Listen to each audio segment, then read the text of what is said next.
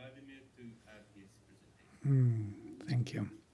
Thank you, Damodar. That's very nice of you, and we are very happy to be in the Himalayan region, somewhere in Nepal, on the top of the world, looking at the world from the very top down and looking what is going on there downstairs. Right. And of course, Himalayas are so important. They are the crown of India, they are the crown of spiritual knowledge, and all the greatest sages and tapasvins and the rishis. So, I wanted to present the idea of the relevance of the Veda, and especially Rig Veda today.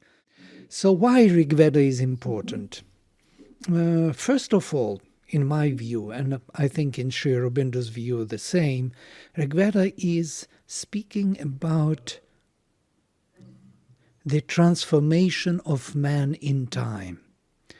This is an important thing, in time, evolution of consciousness. No other scripture speaks about this in time. So they view the sacrifice is this constant transformation of our nature by the Spirit, as ongoing process. Yes? Yajnam adhavaram.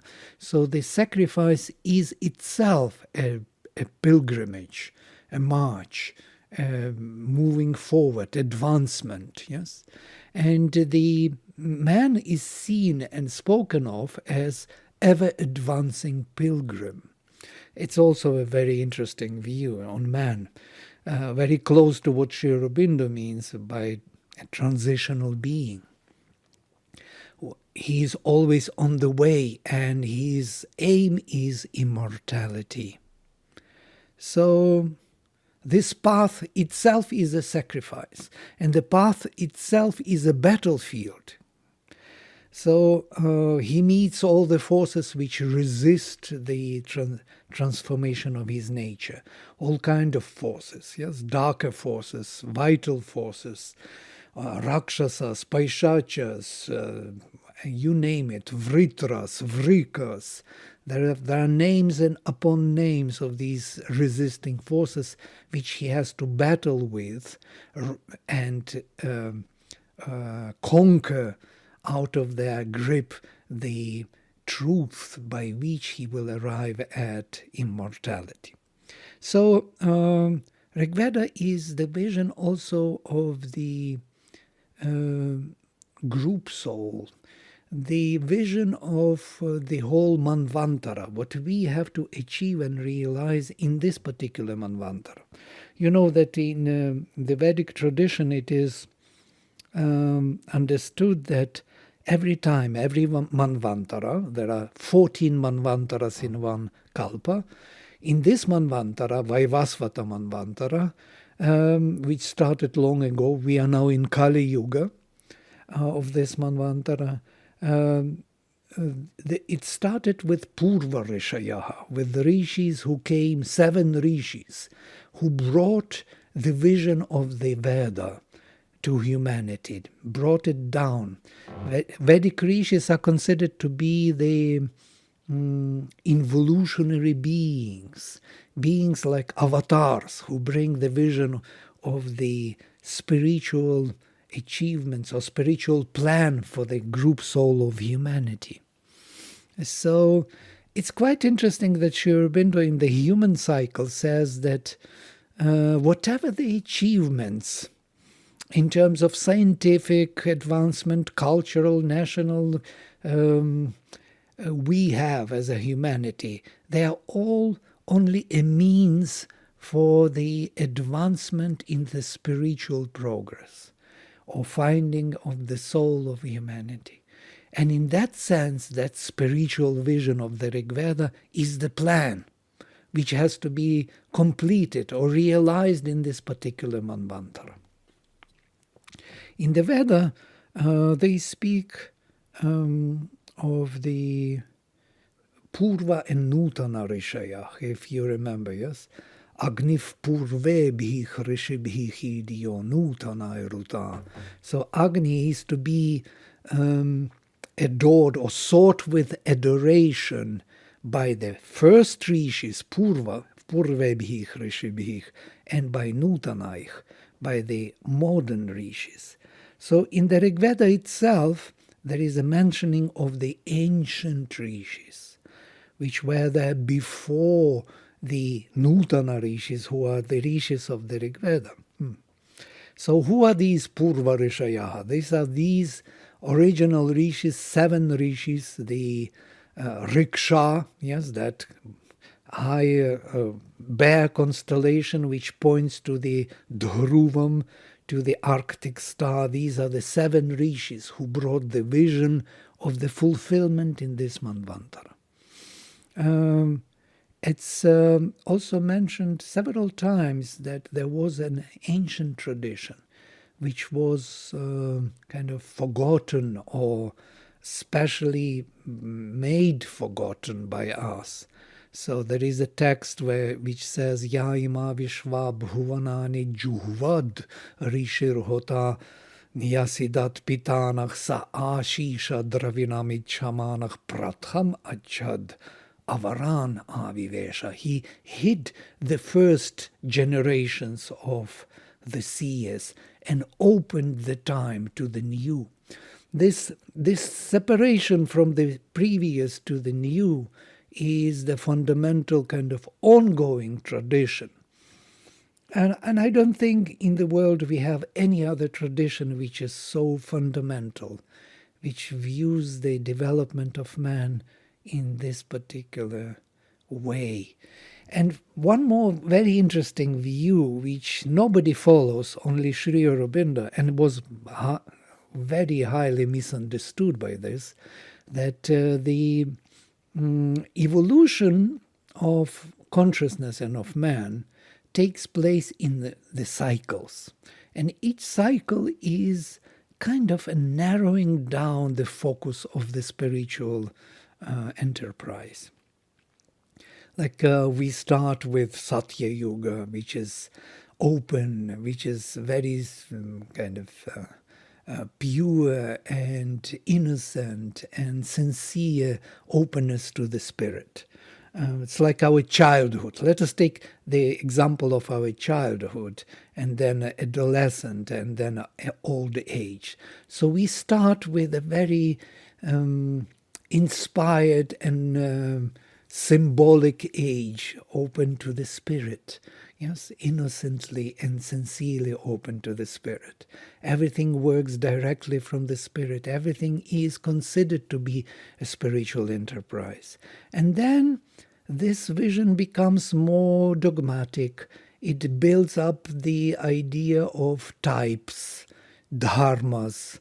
We get different dharmas, different understanding of these movements of the spirit. They're freezing into particular format, yes, and that's what Sri Aurobindo calls the typal age, where dharmas were formulated. Do you hear me? Well, because I do not know, something is going on. I'm talking to myself, yes? No?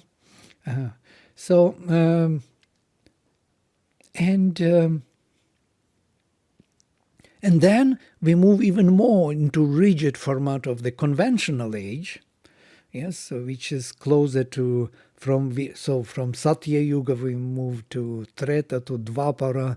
Dvapara Yuga is already conventional age, where the conventions take over, where the cloth, as Sri Aurobindo says, is more important than personality behind it, the appearance, the presentation, and finally we come to our individualistic age, or Kali Yuga, which started, as you remember, with Kurukshetra, with Krishna, actually addressing the same issue, where Arjuna asks him, how come you are mixing dharmas?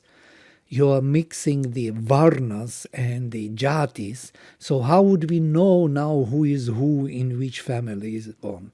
And so he says that now in Kali Yuga, everyone will find himself in his heart. He find the truth or the divine or the supreme in his heart.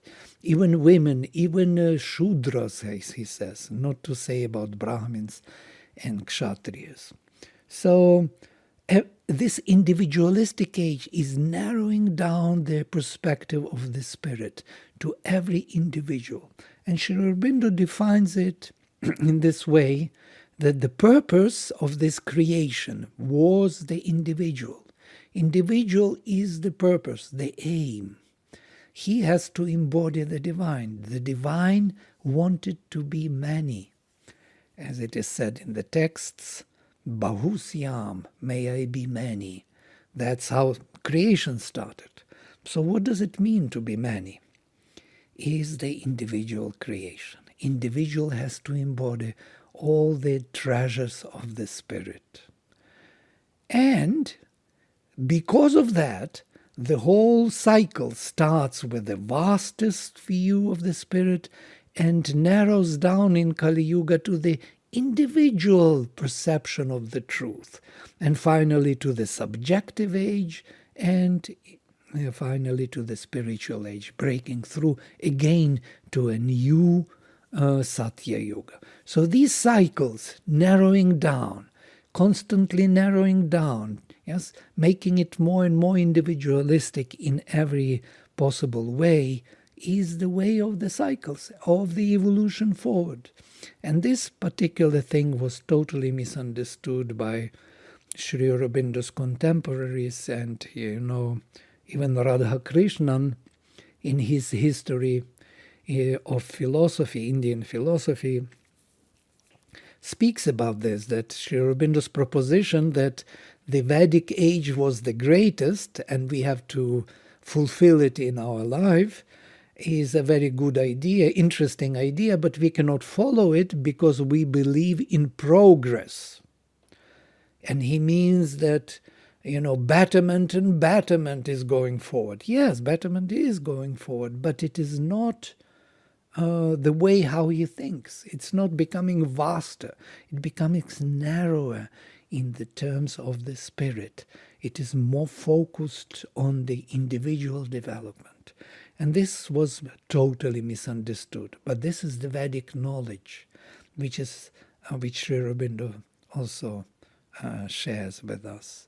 So I want to read maybe a little few quotations from Sri Aurobindo on the Veda. He says, the Veda was the beginning of our spiritual knowledge. The Veda will remain its end. What a profound statement. Was the beginning of our spiritual knowledge, and the Veda will remain its end. Everything is in the Veda already. It's the whole vision, the whole plan. So in the Foundations of Indian Culture, he says, the recovery of the old spiritual knowledge and experience in all its splendor, depth, and fullness is its first and the most essential work. It's for India. For India, it is the most important work to recover the knowledge and experience of the spiritual knowledge. The second one, the flowing of this spirituality into new forms of philosophy, literature, art, science, critical knowledge is the second task. And the third, an original dealing with modern problems in the light of the Indian spirit, and the endeavor to formulate a greater synthesis of a spiritualized society is the third and most difficult. Its success on these three lines will be the measure of its help to the future of humanity. So this is the task of India. This is what we are all to do. We have to discover the ancient spiritual knowledge and experience. We have to recover the knowledge of the Veda. And you know that it was never totally recovered. We have the references to it as ritualistic or religious knowledge, but not really a psychological knowledge. The Veda is the book of rituals rather than the knowledge, and it has to become the book of knowledge. So what Sri Aurobindo says, that at the root of all that we Hindus have, what we Hindus have done, thought and said through these many thousands of years, behind all we are and seek to be, there lies concealed the fount of our philosophies, the bedrock of our religions, the kernel of our thought, the explanation of our ethics and society, the summary of our civilization, a small body of speech, Veda.